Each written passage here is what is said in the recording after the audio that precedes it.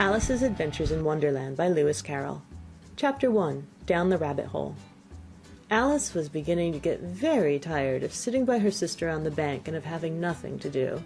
Once or twice she peeped into the book her sister was reading, but it had no pictures or conversations in it.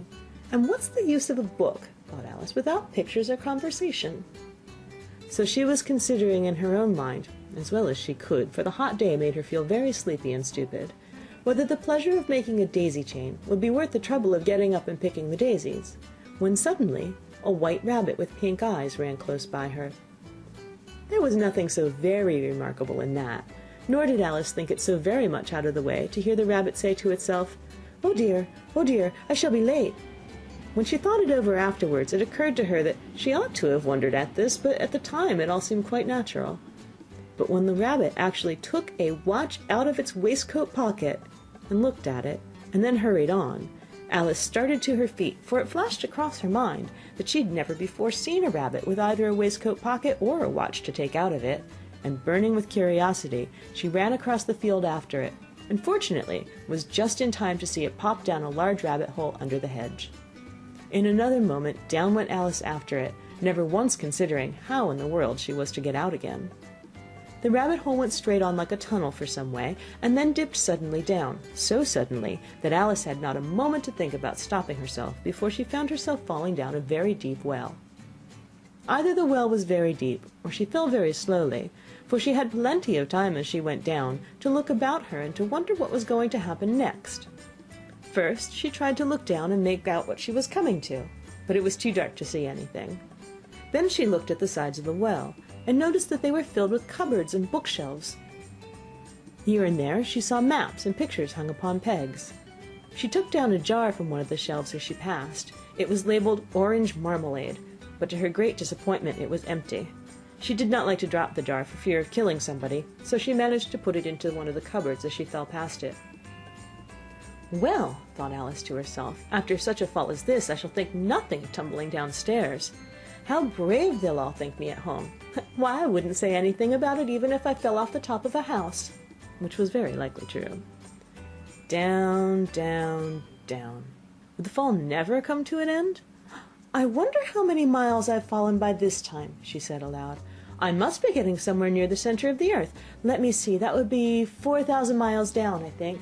For you see, Alice had learnt several things of this sort in her lessons in the schoolroom, and though this was not a very good opportunity for showing off her knowledge, as there was no one to listen to her, still it was good practice to say it over. Yes, that's about the right distance. But then I wonder what latitude or longitude I've got to. Alice had no idea what latitude was, or longitude either, but thought they were nice grand words to say. Presently she began again. I wonder if I shall fall right through the earth. How funny it'll seem to come out among the people that walk with their heads downward. The antipathies, I think. She was rather glad there was no one listening this time, as it didn't sound at all the right word. But I shall have to ask them what the name of the country is, you know. Please, ma'am, is this New Zealand or Australia? And she tried to curtsy as she spoke. Fancy curtsying as you're falling through the air. Do you think you could manage it? And what an ignorant little girl she'll think me for asking. No, it'll never do to ask. Perhaps I shall see it written up somewhere. Down, down, down. There was nothing else to do, so Alice soon began talking again. Dinah'll miss me very much tonight, I should think. Dinah was the cat. I hope they'll remember her saucer of milk at tea time. Dinah, my dear, I wish you were down here with me. There are no mice in the air, I'm afraid, but you might catch a bat, and that's very like a mouse, you know. But do cats eat bats, I wonder? And here Alice began to get rather sleepy, and went on saying to herself in a dreamy sort of way, Do cats eat bats? Do cats eat bats? And sometimes, do bats eat cats? For you see, as she couldn't answer either question, it didn't much matter which way she put it. She felt that she was dozing off, and had just begun to dream that she was walking hand in hand with Dinah, and saying to her very earnestly, Now, Dinah, tell me the truth, did you ever eat a bat? When suddenly, thump, thump, down she came upon a heap of sticks and dry leaves, and the fall was over. Alice was not a bit hurt, and she jumped up on her feet in a moment. She looked up, but it was all dark overhead. Before her was another long passage, and the white rabbit was still in sight, hurrying down it. There was not a moment to be lost. Away went Alice like the wind, and was just in time to hear it say, as it turned a corner, "Oh, my ears and whiskers, how late it's getting!" She was close behind it when she turned the corner, but the rabbit was no longer to be seen. She found herself in a long, low hall, which was lit up by a row of lamps hanging from the roof. There were doors all around the hall, but they were all locked, and when Alice had been all the way down one side and up the other, trying every door, she walked sadly down the middle, wondering how she was ever to get out again. Suddenly she came upon a little three-legged table, all made of solid glass. There was nothing on it except a tiny golden key, and Alice's first thought was that it might belong to one of the doors of the hall. But alas, either the locks were too large or the key was too small, but at any rate it would not open any of them. However, on the second time round she came upon a low curtain she had not noticed before, and behind it was a little door about 15 inches high. She tried the little golden key in the lock, and to her great delight it fitted. Alice opened the door and found it led into a small passage, not much larger than a rat hole. She knelt down and looked along the passage into the loveliest garden you ever saw. How she longed to get out of that dark hall and wander about among those beds of bright flowers and those cool fountains, but she could not even get her head through the doorway. And even if my head would go through, thought poor Alice, it would be of very little use without my shoulders. Oh, how I wish I could shut up like a telescope! I think I could, if I only know how to begin. For you see, so many out-of-the-way things had happened lately, that Alice had begun to think that very few things indeed were really impossible. There seemed to be no use in waiting by the little door, so she went back to the table, half hoping she might find another key on it, or at any rate a book of rules for shutting people up like telescopes. This time she found a little bottle on it, which certainly was not here before, said Alice, and round the neck of the bottle was a paper label, with the words "Drink me" beautifully printed on it in large letters. It was all very well to say "drink me," but the wise little Alice was not going to do that in a hurry. "No, I'll look first," she said, "and see whether it's marked poison or not," for she had read several nice little histories about children who'd gotten burnt and eaten up by wild beasts and other unpleasant things, all because they would not remember the simple rules their friends had taught them, such as that a red-hot poker will burn you if you hold it too long, and that if you cut your finger very deeply with a knife it usually bleeds.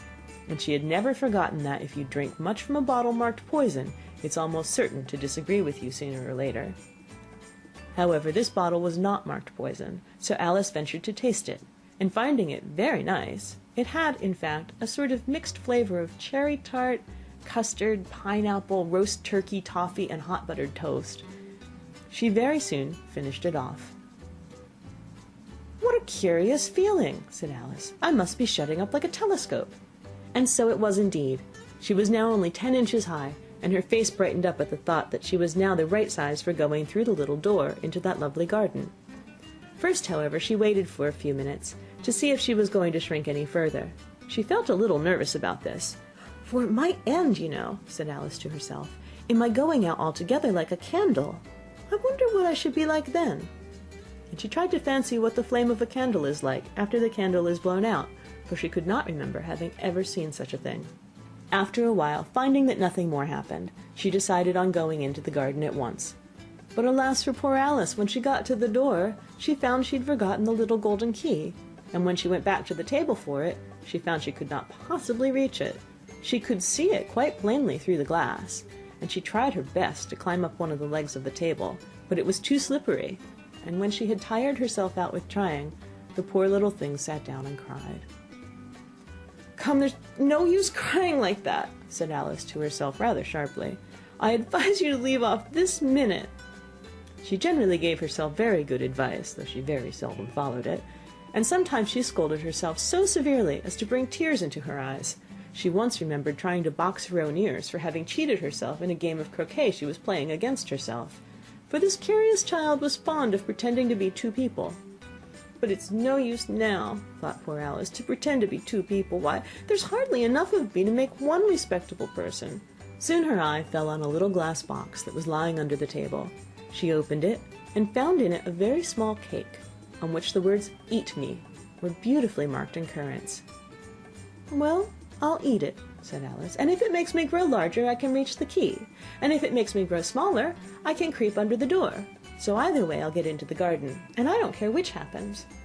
She ate a little bit, and said anxiously to herself, "Which way? Which way?" holding her hand on the top of her head to feel which way it was growing, and she was quite surprised to find that she remained the same size. To be sure, this generally happens when one eats cake, but Alice had gotten so much into the way of expecting nothing but out-of-the-way things to happen, that it seemed quite dull and stupid for life to go on in the common way. So she set to work, and very soon finished off the cake. End of Chapter 1. Read by Krista McQuillan, Tokyo, Japan, November 15th, 2005.